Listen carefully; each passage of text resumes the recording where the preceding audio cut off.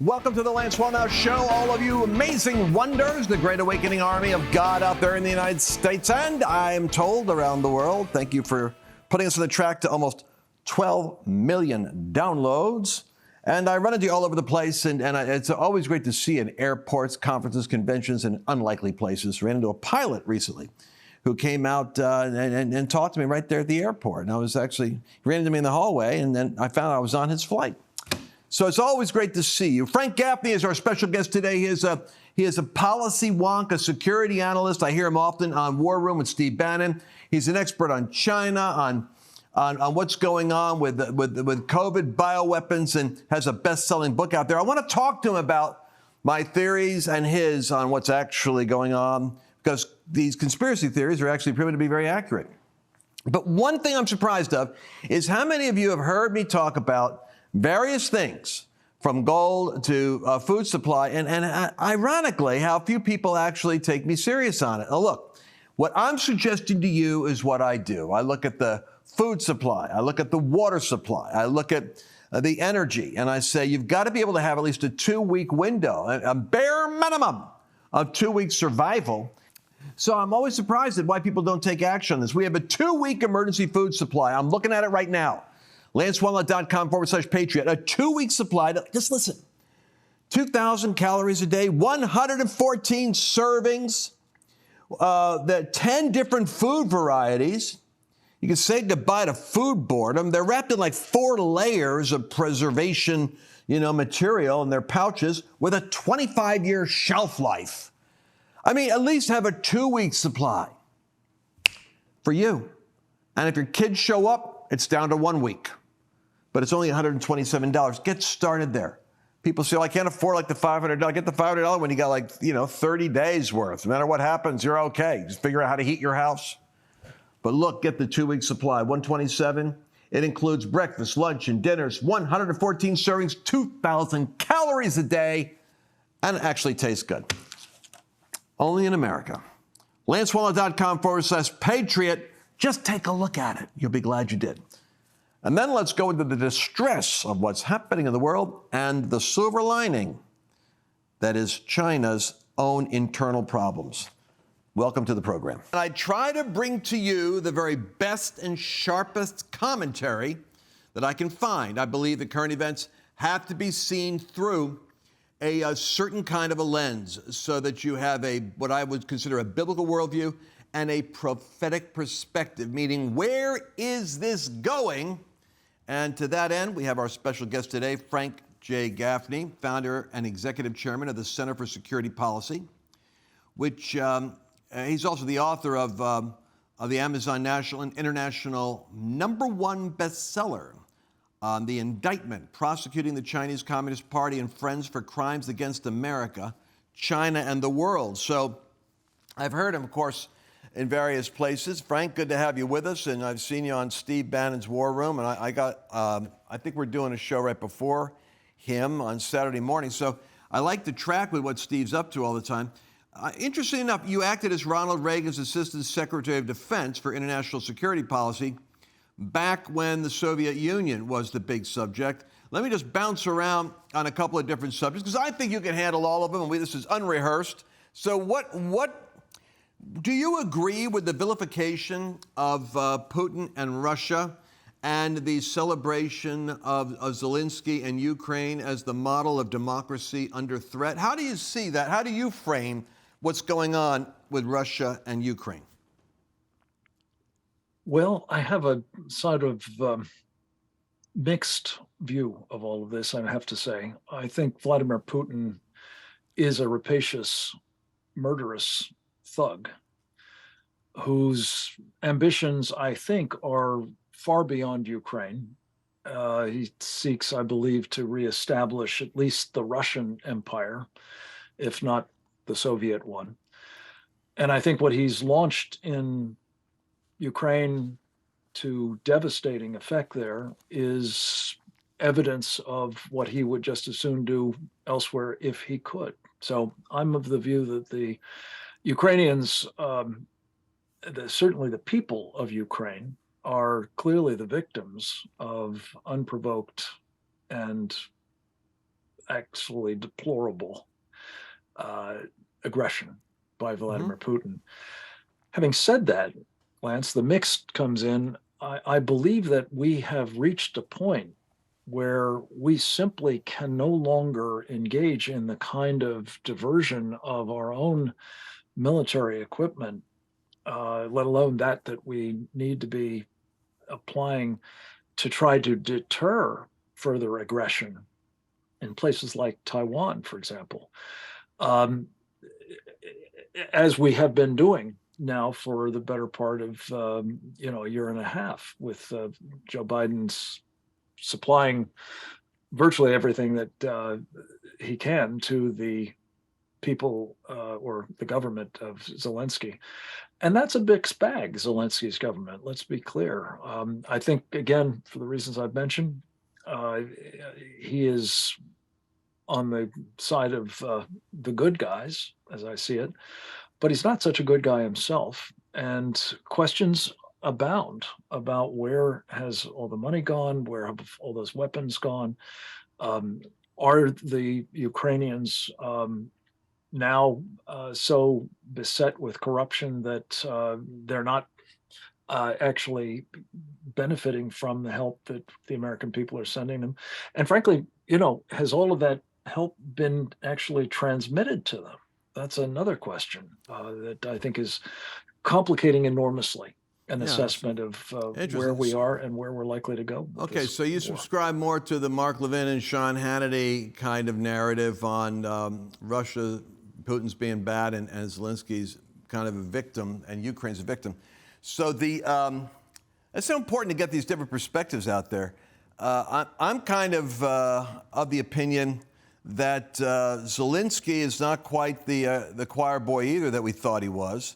That there's strong Soros connections into Ukraine, tremendous corruption in the third most corrupt nation, I think, I was looking at, in terms of handling money and money going in there without having the accountability. Who knows where in the world that's going? I'm not so sure that the meat grinder that is the Russian front in Ukraine is actually something which the Ukrainians are passionate about continuing with.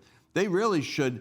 They should end that, don't you think? They should end it before we have an incident. And just out of curiosity, doesn't it bother you that they've got that one independent hired army that they have? What's it called? The Wagner Group. So the Wagner Group evidently is popping up in Belarus. It's over there, operating there. And then I'm hearing that it's got some kind of showing up there near Poland. Don't you think that that some rogue unit like that could possibly trigger this? And then you got Lindsey Graham talking like, hey, if they, these are the red lines for nuclear confrontation, as though nuclear is something as an option. I mean, does that stuff not concern you as a policy guy? Yeah, all of it does. Look, corruption is now endemic. I'm sorry to say, I think there's a fair amount of it on our own government. But Zelensky, is he worse than Putin on the corruption scale? Well, probably not. But is he more corrupt than you'd like, and a guy that you're trying to help survive this onslaught? For sure. And as I said, Lance, if what's happening is the diversion of armaments that we're supplying into, criminal gangs, or worse, even the Russians themselves, for profit by somebody, that's obviously unacceptable. Can we, credibly insist that they have to have a ceasefire? Well, again, that will partly depend on whether that's really the practical effect of telling them you just can't send more weapons, you can't send more money. But I think it's right. I'm not sure about it, but I think it's right that the Ukrainian people are still of the view that they must fight on, and that they will not welcome this idea that we might impose, for example, a ceasefire. But I do think that where you're headed with this is there a chance of this continuing to ratchet up and expand? I think there is. But going back to my mixed emotions about it, I do think that if there is a ceasefire under circumstances in which Putin is not actually defeated, you are likely to see him taking advantage of whatever pause he might have to rebuild and then go back for the second bite out of Ukraine and maybe, as I say, places beyond. Interesting. Well, I want to move on to a subject which is really your forte, which is the China threat. Do you, when you write the book, The Indictment, Prosecuting the Chinese Communist Party, what would you say is the greatest aha people are going to get when they read a book like this, if they're kind of coming into this conversation not knowing the Communist Party of China and what it's really like? I hope it is that, not because we want this, but because the Chinese Communist Party does. The takeaway will be that we are at war with the Chinese Communist Party, that it is engaged in a form of warfare that's been underway for actually decades and has done incalculable harm to our country, though most of us aren't actually clued up that that's been going on at all, let alone how severe the consequences have been, which sets the stage for a series of 20 recommendations about what we need to now be doing to counter this threat, which, by the way, Lance, I hope another takeaway is that they will also appreciate that having engaged in this so-called pre-kinetic kind of warfare for 30 years, maybe, the Chinese are now, it seems, poised to go to the old-fashioned kind, the shooting kind of war. And just how urgent it is that we do everything we can to deter that and if necessary, defeat it. I was in Taiwan with Sam Brownback, who was the ambassador for, religious liberty or whatever that category. International Religious Liberty, right. And I can remember when I was in Taiwan, President Xi had made an announcement that the annexing of Taiwan back to mainland China was a non-negotiable, hopefully to be done voluntarily, but willing to do it by other means. I mean, a clear and unveiled statement that there would be military. This is what the message was to Taiwan. Military is our option, but it's non-negotiable. You're going to be reunited with the homeland. And you're saying that China's giving every indication of ramping itself up to the point where it can have the military option of doing so. Am I reading you right, sir?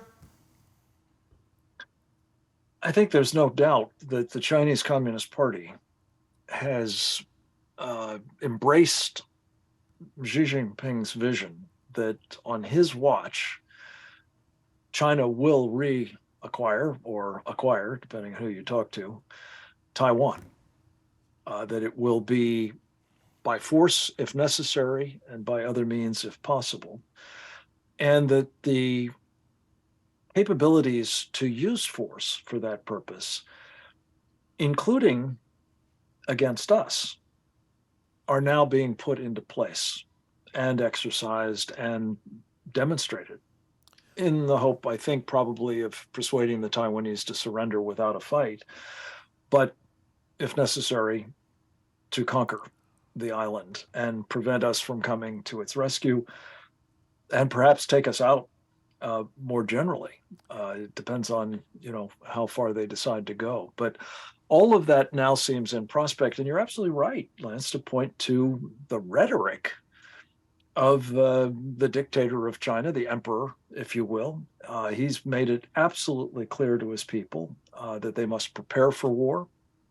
They must accept further hardship and sacrifice because that will be required. They must rally around the flag. Now, some of that, as you know, as a student of history, is what totalitarians do when they're in trouble. And I think, China is probably the single biggest beneficiary of the war with Ukraine.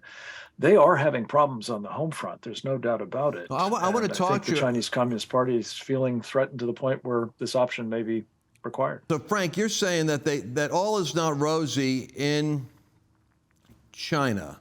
Who is it I listen to every now and then? Gordon?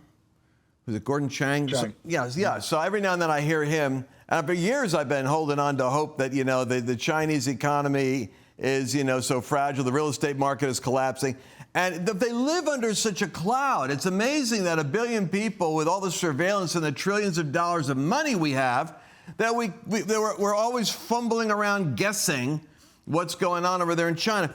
So they do have some problems. I mean, so do you, to your point, you're saying a lot of times what totalitarian entities do is they get everybody all ginned up about some conflict to get them unified and distracted from other problems. But where are the fault lines in China? If you had to say that God himself has designed the world in such a way that he puts checks and balances in place so things don't take on momentum faster than providence allows, where's the challenges inside of China right now that we need to know about? Well, there are economic ones. You mentioned two of them. There's a real estate bubble that has burst. There's a banking crisis. There is, I think, ferment as a result of the hardships that were imposed by Xi Jinping's so-called zero COVID, policies, the lockdowns, the restrictions on movement, and all kinds of other oppression. But perhaps the single most serious fault line is the demographic one.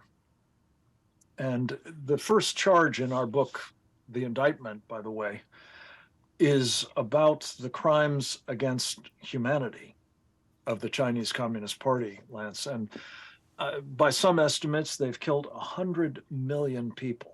What? Predominantly their own. Some of them Tibetans, some of them are Uyghurs, some of them are Southern Mongolian, some now are Hong Kong, but mostly it's Han Chinese. But that doesn't count. Get this, that doesn't count the 400 million the Chinese Communist Party has boasted of murdering in the womb, mostly baby girls. That demographic crisis that they now confront with far too many old people, far too many short of what they need to support them among younger generations, but most especially because of the one-child policy and the sex selection for abortions, voluntary abortions, a lot of forced abortions, but the voluntary abortions that they wanted male babies, they did not want female babies. There are now, according to Gordon Chang, among others, something on the order of 40 million marrying age young men for whom there are no women. And that is a crisis, a sociological crisis that I think, again, feeds into the idea, well, get those guys out of here. They can be cannon fodder. They can be getting women someplace else. They can be seizing territory and resources and all the rest of it for the motherland. But you got to take them out of the mix of becoming an instrument for, well, bringing down the Chinese Communist Party, which I think otherwise they could well be. Well, that's a powerful piece of information. So when you mess with the social engineering and you decide to eliminate the women and abort them, there's some consequences to that, such as nobody thought about this. All right, we're going to be back in a minute more with Frank Gaffney. Always interesting. I want you guys to get some of these conversations because you're not hearing them. I know that. That's why I want to get them to you here on the Lance Wallnau Show. We'll be right back. Over the last 20 years, with all your support, we've been able to not only launch the original MyPillow, but also the MyPillow mattress topper, Giza Dream bed sheets, My Slippers, and the MyPillow bath towels. But there's so much more. In fact, we have over 200 products, and I'm so confident that you'll love each and every one of them that when you go to MyPillow.com now, you'll immediately receive a free gift valued at $20 just for checking out the website. No purchase necessary. Get everything from MyPillow blankets, sleepwear, kitchen towels, mattresses, duvets, pet beds, body pillows, comforters, couch pillows, bathrobes, and so much more. So go to MyPillow.com or call the number on your screen. Use your promo code to get deep discounts on all MyPillow products. And remember, just for checking out MyPillow.com, you'll immediately receive a free gift valued at $20. No purchase necessary. This is a limited time promotion, so go to MyPillow.com now. Go to mypillow.com and use promo code Lance to save big on all of Mike's best products. That's promo code Lance.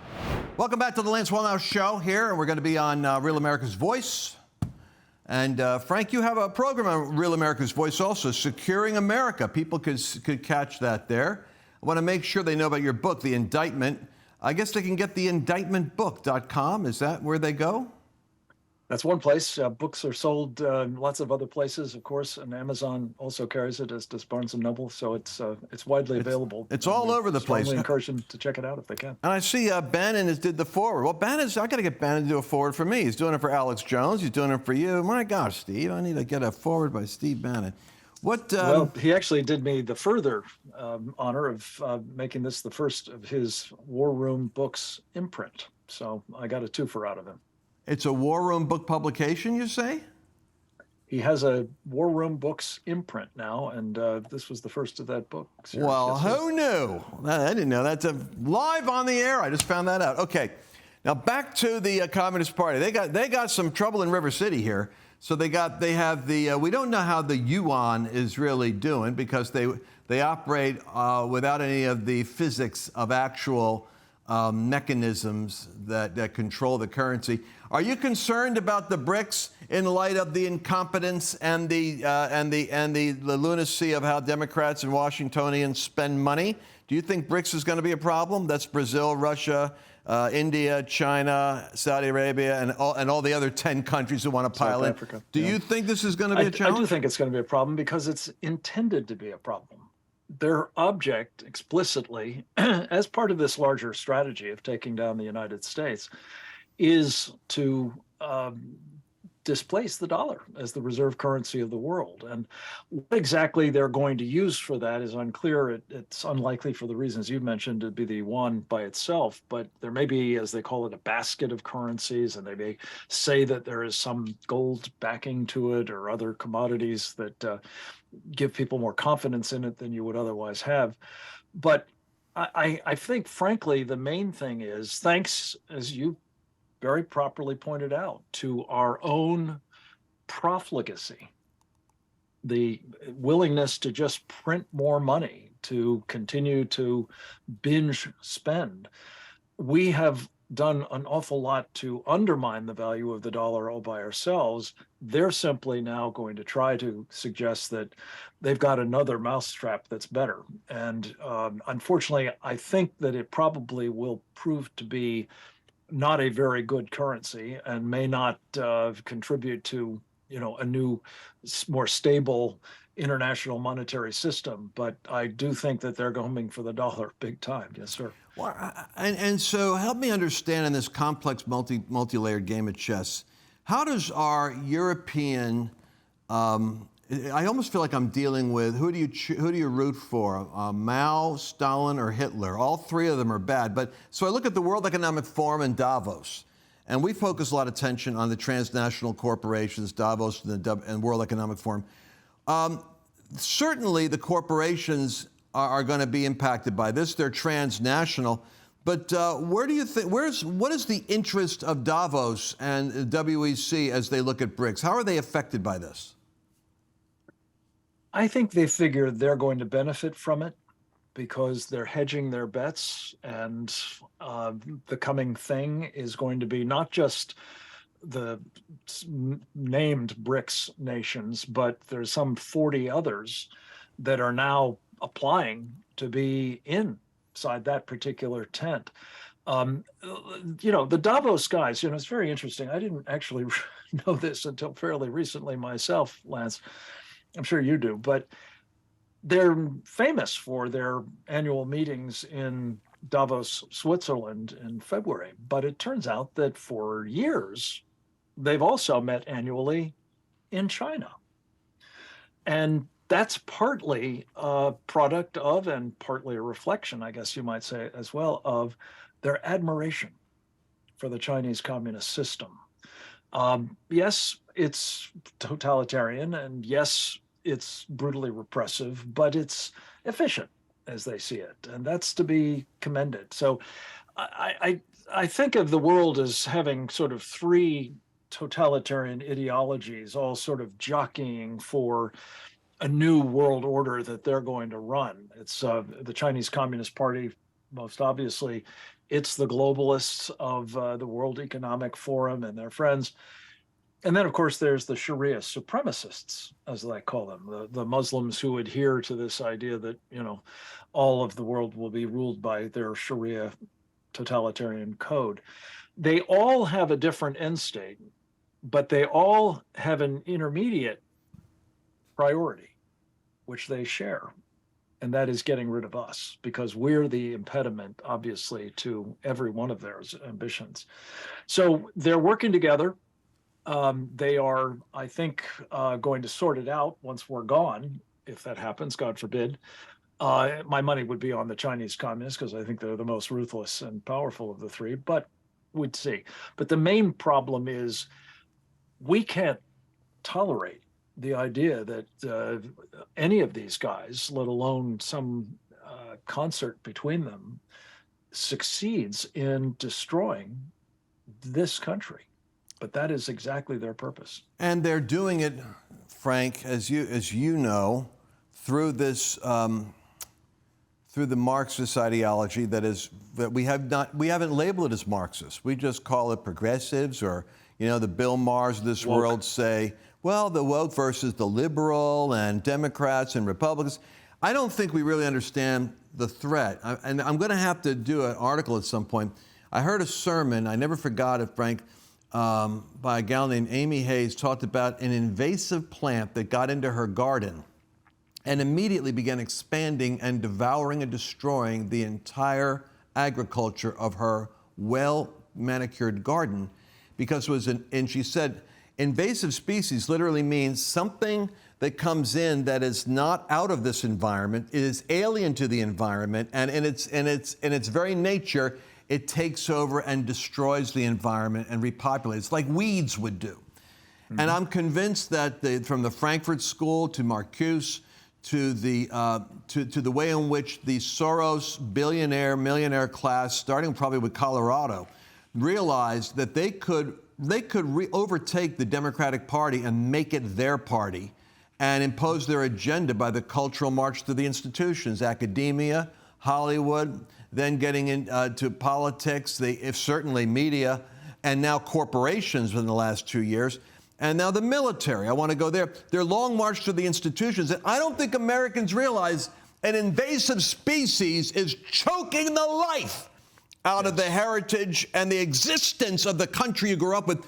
It's an incompatible system, and it's worked its way into the ideology, from abortion to homosexuality to transgenderism to environmental fanaticism to the DEI diversity market, and right now in the military. You're sounding an alarm, so we got to leave China for the moment, because China's not a threat if America's strong, but America's threat is a woke, Marxist, progressive, invasive species takeover of our own military muscle. What's happening right now on the Hill people need to know about? Well, let me just say, the subtitle of this book is right on your point. We're prosecuting the Chinese Communist Party and friends for their crimes against America, China, and the world. Just a word on the march through the institutions. You're absolutely right. This is cultural Marxism. It has been from the get-go with the Frankfurt School in the 30s, aimed at taking down the nuclear family, taking down our faith, taking down our other, freedoms and institutions. They've now gotten to the last institution standing, which is the United States military. And it's been clear from at least the first of the, I call it 3 Obama-Biden administrations. You could go back to the Clintons if you want, but certainly starting with Barack Obama in 2008, you had the fundamental transformation of the United States military as a key part of the larger program for America. And what we now have on the Hill, as you say, before the United States Senate, is the nomination of a champion of cultural Marxism. a Air Force general officer by the name of Charles C.Q. Brown, who has done a number on the Air Force. The Heritage Foundation has said when he was in his first year as chief of staff, they characterized the strength of the U.S. Air Force as marginal. In his second year, they categorized it as weak, and they categorized it this year as very weak. You'd think that would be a sufficient basis to disqualify this guy from being in charge of the entire United States military, but no. On top of that, you've got him campaigning relentlessly for this diversity, equity, inclusion, Marxist pap.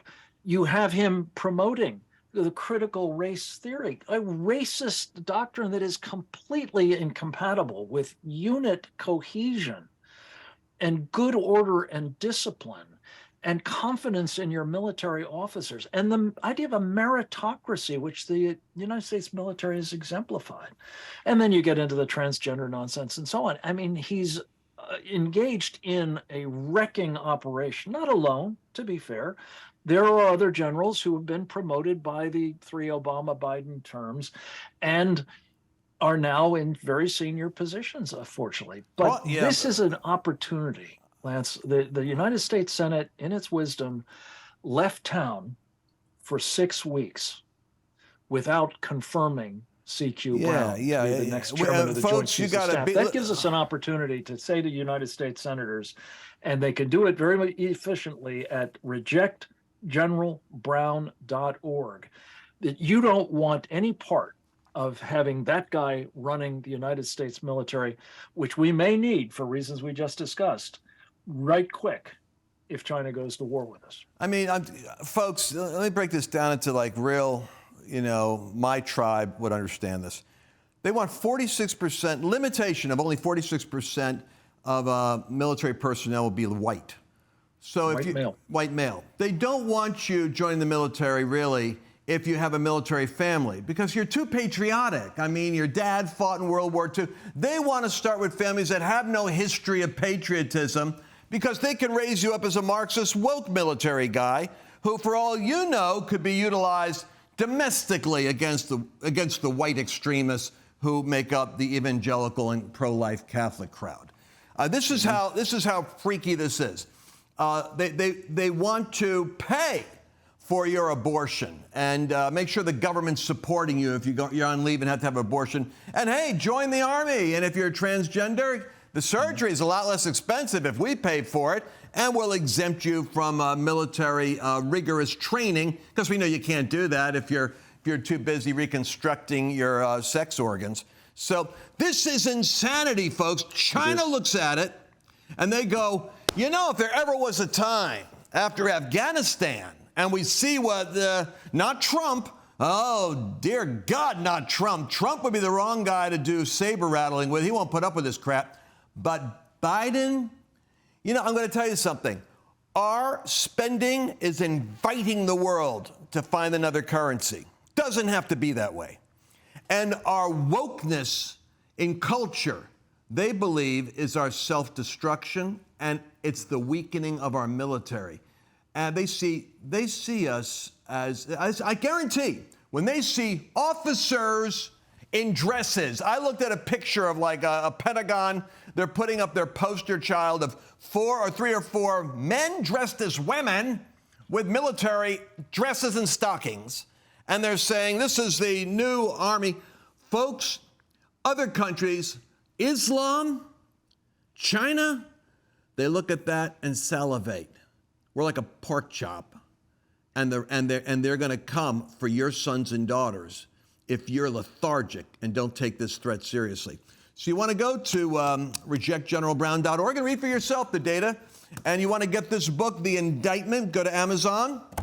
You want to also go to presentdangerchina.org, because incredibly detailed information is there. We didn't even get into the COVID. I wanted to ask you, how did our Department of Defense end up with Fauci taking our science to work with the Chinese military to help perfect their ability to create targeted bio-warfare that we're learning genetically can actually reach specific people groups globally that China wants to be able to take out. If they can get the vaccine, they'll deploy the poison. Does anyone doubt, Frank, that China's capable of that? And just let me give me a minute. Am I overstating this bizarreness that we help the Chinese develop the technology? How do you explain that? You're not overstating it. In fact, we just did a series of that webinar program on this very issue of what appears to be, potentially at least, a biological warfare laboratory the Chinese have put in place in California. How screwed up is this? In Fresno. The short answer, I think, to the question about how did Fauci get to the Wuhan Institute of Virology, he was told you can't do that stuff in the United States, and he did an end run. I think that there were people in the Defense Department, people in the intelligence community who said, hey, if we've got something going on in the Wuhan Institute of Virology, we can keep better eyes on what they're doing there. And it is a very dangerous threat. I got you. We need that insight. It's highly cynical, and it's I get it. That's exactly how everyone would have to sign off on that basis. Oh my gosh, folks, we have to end right here. We love all of you. We look forward to hearing from you, and you can contact me at freedom@lancewallnow.com, and we'll look forward to seeing you again next week. God bless you. Did you enjoy this latest episode? Please remember to share it with your friends, because the more knowledge you have, the better equipped you are to navigate the world.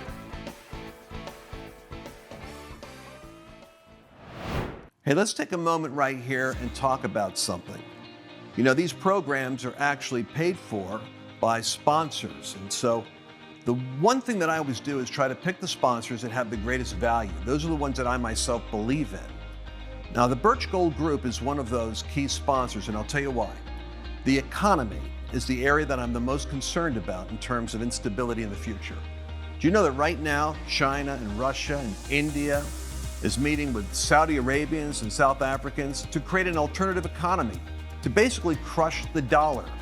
This is going to have a massive effect on the stock market, on real estate. It'll be a real shaking.